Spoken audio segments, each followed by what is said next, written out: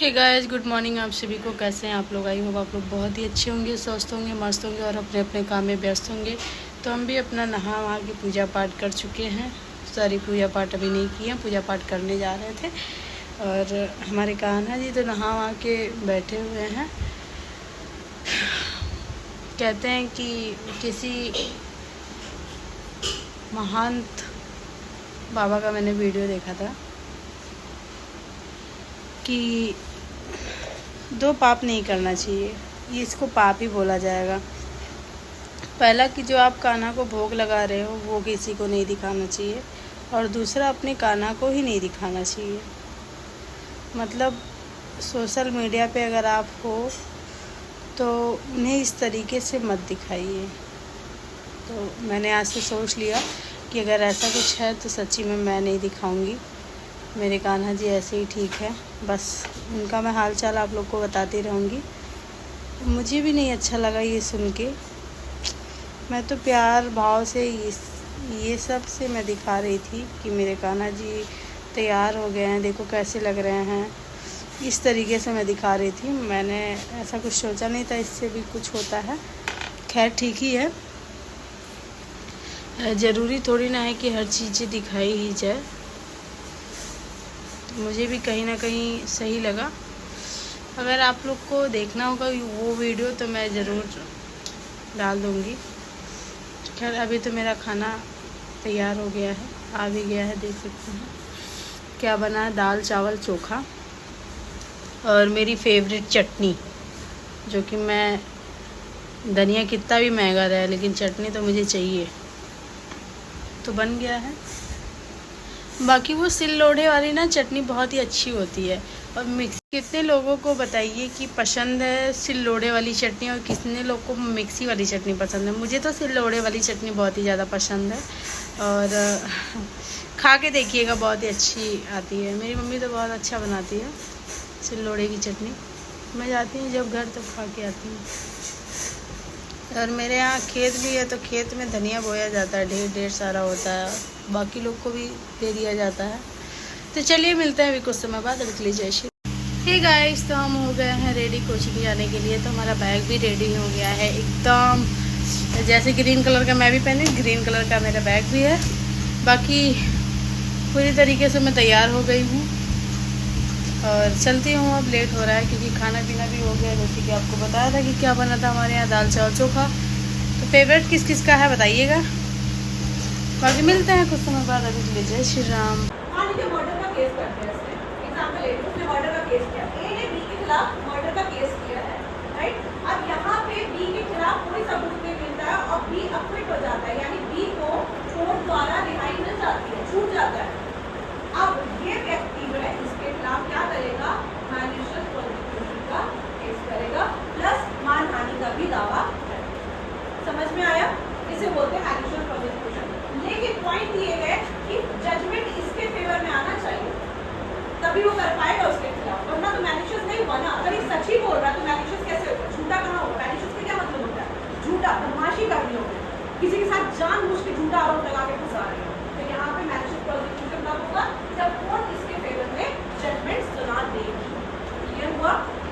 ये है plot against person. ये सारे रॉन्ग किसके अगेंस्ट हो रहे हैं? किसी एक पर्सन के अगेंस्ट किया जा रहा है। एक होता है रॉन्ग अगेंस्ट, यानी टॉट अगेंस्ट प्रॉपर्टी। क्या बोला मैंने? Taught against property. अभी तक हम पढ़ रहे हैं टॉट अगेंस्ट पर्सन पढ़ रहे थे, अब हम पढ़ रहे हैं जैसे अगर वो राजीनामा हो गया तो कर सकते हैं क्या? जैसे माफीनामा हो गया, माफी मांग लीजिएगा, मतलब खुद गलत हो तो कायदा मैलिशियस। अगर आपने मुझसे माफी मांगी है तो डेफिनेटली आप गलत थे, तभी तो माफी मांगी ना। क्यों मांगेंगे माफी? अगर आप सही होंगे तो माफी क्यों मांगेंगे? माफीनामा मांगने का मतलब आप गलत थे और मैंने आपके ऊपर जो आरोप लगाया था वो सही था, तो अब आप मेरे खिलाफ मैलिशियस प्रोसिक्यूशन खत्म हो गया। आपने माफी मांगा, मैंने आपको माफ कर दिया, बात खत्म हो गई। मैं क्या कह रही हूँ, मैलिशियस प्रोसिक्यूशन कब लगता है? जब मैं आपके खिलाफ झूठा आरोप लगाया। जब मैंने झूठा लगाया ही नहीं, आपने माफी क्यों मांगी? माफी मांगी ना, इसका मतलब मैं सच्ची थी, मैं झूठ नहीं बोल रही थी और मैंने आपके खिलाफ झूठा आरोप नहीं लगाया, कोई झूठा नहीं। अब बात कर रहे हैं taught against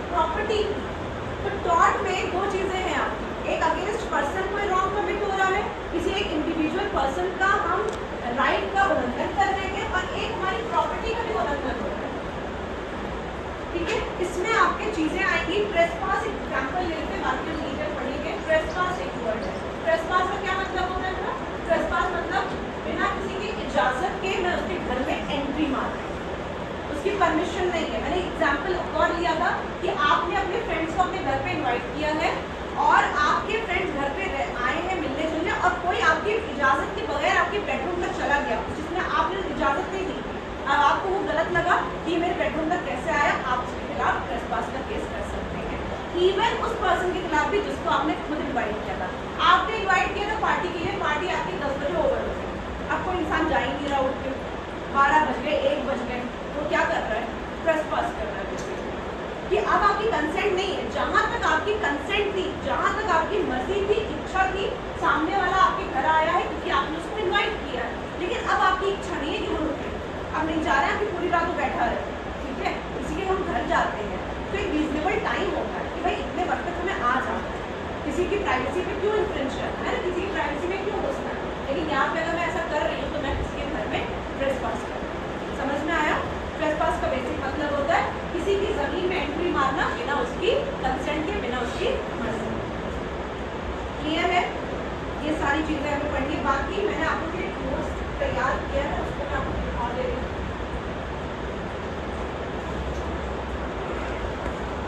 hey guys, room पे आ गए हैं, बैठे हुए हैं। बहुत ही ज़्यादा भूख लगा तो मैंने सोचा कुछ बना लूँ, फिर आके बैठी हूँ। अभी लाइट भी नहीं था अभी तक का, अभी थोड़ी देर पहले लाइट भी आया है, तो यही सारी दिक्कतें थी। हमने सोचा तब तक का व्लॉग ही बना लें, नहीं पता चले कब लाइट चली जाएगी, कोई पता ही नहीं रहेगा। और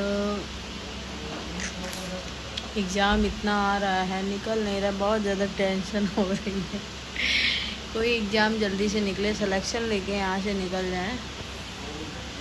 अब कहीं और भी तो जाना चाहिए, एक ही जगह ठीक नहीं लगता है ना। जैसे प्रयागराज बेस्ट है। तो बाकी मेरे आंखों में पता नहीं क्या हुआ है कि क्या बताएं, इतना दर्द होता है, फिर नींद आती है, जैसा लगता है कितना नींद आ रहा है, ऐसे ढक लो आँख तो फिर नींद आने लगती है। तो पता नहीं कौन सी नई बीमारी चली है और किस किस के साथ ऐसा हो रहा है, प्लीज़ कमेंट करके बताइएगा। बाकी आप लोगों से जो भी चीज़ें रहता है मैं शेयर कर देती हूँ। और क्या बताऊँ, जल्द ही मैं ड्रेस लेने वाली हूँ कॉलेज का, तो आपको मैं ज़रूर दिखाऊंगी। और तो कुछ भी नहीं है इस टाइम। बाकी किचन में आपको दिखा सकती हूँ और कुछ बातें कर सकती हूँ आपसे। पढ़ाई लिखाई के बारे में कुछ बातें करते हैं। चलिए, जीएसटी के बारे में तो सब जानते हैं कि हर एक चीज़ में जीएसटी ज़्यादा लगती है। लेकिन अभी हाल ही में करंट अफेयर में ये बताया गया है, वहाँ का प्रश्न है हाल ही का मतलब ये हुआ कि अभी जो करंट में चल रहा है, तो उसमें बताया गया है कि कैंसर की जितनी भी दवाइयाँ मिलती हैं उसमें पहले 12% जीएसटी था, लेकिन सरकार ने अब 12% हटा के 5% कर दिया है, ताकि जितने भी कैंसर के मरीज लोग हैं अच्छे से इलाज करा पाएँ। अब भाई आपका 7% माइनस हो गया है, तो फिर कुछ तो ठीक हुआ है। बाकी जीएसटी तो आप जानते हैं, हर एक चीज़ में लग रही है जीएसटी। तो कमेंट करके आप लोग बताइएगा जीएसटी कब लागू हुआ था। आप लोग से मैं यही पूछना चाहती हूँ, जीएसटी कब लागू हुआ था। बाकी तो बहुत प्रश्न है पूछने और बताने को, लेकिन मैं अपने ब्लॉगिंग में ज़्यादा ये प्रश्न वाली बातें नहीं करती हूँ। पहले करती थी लेकिन अब नहीं करती हूँ, क्योंकि रिप्लाई भी नहीं आता है ज़्यादा, तो इसलिए मैं करती भी नहीं हूँ। रिप्लाई आता तो मैं ज़रूर करती, और वो भी मुझसे करे, मैं रिप्लाई अगर ना दूँ तो बात अलग है। तो चलिए, मिलते हैं आपसे कल नए ब्लॉग में। अभी के लिए यहीं पे ब्लॉग समाप्त करते हैं। तो राधे राधे आप सभी को, जय माता दी।